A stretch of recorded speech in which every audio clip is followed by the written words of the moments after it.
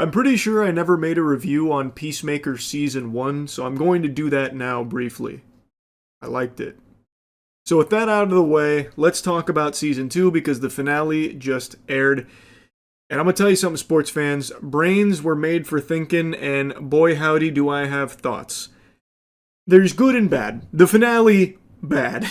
I'm just going to rip the band-aid off right now. There's going to be spoilers here. I'm going to be talking about spoilers. This is your fair warning. Alright, let's begin.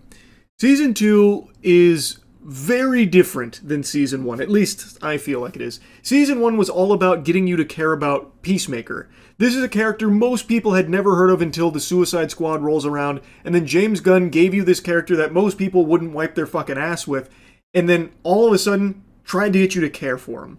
Which is a tall order considering you had seen Peacemaker kill a beloved character in the Suicide Squad movie. Yet he takes a risk, makes Peacemaker the frontman, and John Cena, who is a talented actor but never really showcased like deep chops for an emotionally complex character, until this. In Season 1 of Peacemaker, I really bought into him. He had so much going on. A guy who had grown up under the guidance of some evil people and had done some heinous things, all in the name of what he believed was justice. Peace. He said it best. If every grain of sand on a beach was a dick, he would suck each and every one of them if it meant peace would, fall upon the world or whatever. He truly believed that what he was doing was for the better of the world. But everyone can see, the viewers, he's a bad guy. And throughout Season 1, you see him start to change subtly, slowly, but he changes in a big, big, big way. He gets friends, and these friends are just as complex and just as fucked up as he is, and together they end up saving the world. It's a really good season, I felt. I thought it was exciting, and it did a great job getting you invested in these characters that you've never heard of. Season 2 now dives deeper outside of Peacemaker, and now you're seeing significantly more of Amelia Harcourt. She, I would actually say, is kind of the main character of the season.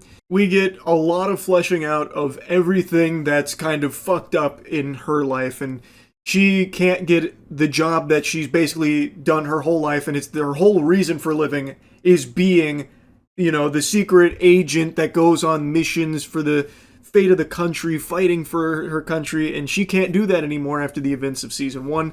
So now she's just fucking cruising bars, getting into fights. And we see a lot of what happens in Season 2 through Amelia Harcourt's eyes. It's not like POV, I'm not talking like fucking Cloverfield or anything here, but we are following it through Amelia Harcourt going through it. But that's not to say that Peacemaker fully takes a back seat or anything, he is still very present.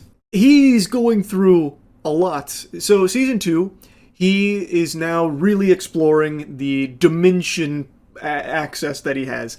There is a quantum unfolding space, which you're introduced to in Season 1, and in this season, he's now exploring, and he happens to stumble upon a dimension that's extremely similar to our world, except his brother's alive. And his dad actually cares about him. And everybody loves Peacemaker. They view him as the superhero. That guy is the shit. And he's never had anything like that. Love, adoration, and it's something he's always wanted. Season 2 drives home just how badly he wants to be accepted, how badly he wants to be a hero. And then he finds this dimension, and immediately he kills his doppelganger. He kills the Peacemaker of that dimension. It's actually amazing. It's a really good sequence. And now he's flip-flopping back and forth between these worlds. And I think that's super cool. Eagly as well. Eagly has a lot going on. Eagly has his own fucking story arc where he battles against a man who believes eagle are beaked vermin that must be exterminated from the country to save us from a curse. It's fucking, I actually really liked that a lot. It's goofy, but it was exciting, actually. Eagly versus that hunter. That was fun. I do like them exploring these characters deeper, and Season 2 is, start to finish, basically just about these characters becoming even more inseparable and even tighter. Chris, Peacemaker, is under surveillance because they don't trust him. They get a blip when he's using that quantum unfolding space in the different dimensions, so now they're investigating him and they're about to swoop in and try and take control of it. That's the main big bad motivator here. Rick Flag Sr. has taken over and obviously holds a grudge against Peacemaker and wants an excuse to kill him. So the 11th Street kids work together to try and, like, keep Peacemaker safe and help him deal with everything that he is experiencing with everything that's happening in the other dimension, all that kind of stuff. And most of it's played off comedically. I actually think the comedy in season 2 is better than in season 1. Especially a new character they introduced, Flurry. He had me giggling hard. So that was a nice treat. And most of what I'm saying here are things I liked about it. Like, I think these are positive aspects. I do think they did a good job with these characters. But I have very similar feelings on season 2 of Peacemaker to House of the Dragon season 2, where it felt like the whole season is just building. Just building, building. And then the finale hits, and I really think this is a very disappointing finale.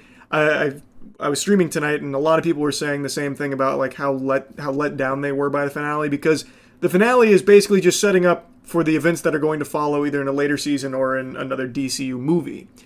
It is purely a season that gets the framework set up for the next thing. You don't really feel like a sense of closure or a sense of, like, a big accomplishment. Like, season 1 feels like a complete package. Like, it clearly sets up for more, but at the end of season 1, a lot was accomplished. Here, it's mainly just these characters get closer, and Peacemaker and Amelia start to recognize their love for one another. Like, things happen, but there's no real sense of, like, anything, huge or any kind of, like, big resolution. It ends with Chris getting trapped on another world. And that's it. And the finale is mainly just a music video. You spend more time listening to bands in the finale than you do watching a show, really. So, like, it is disappointing. And it feels like the journey here didn't really have a conclusion. And that the journey was really the friends we made along the way. Like, full stop. Like, that is unironically kind of the experience of season 2. So it's just underwhelming that it builds to things that don't even get concluded in the show. Like, it just sets up the pieces on the board and nothing else. Like, and I understand, like, getting ready for the next phase and moving down the line with more DC projects and needing to make this fit in and getting it rolling.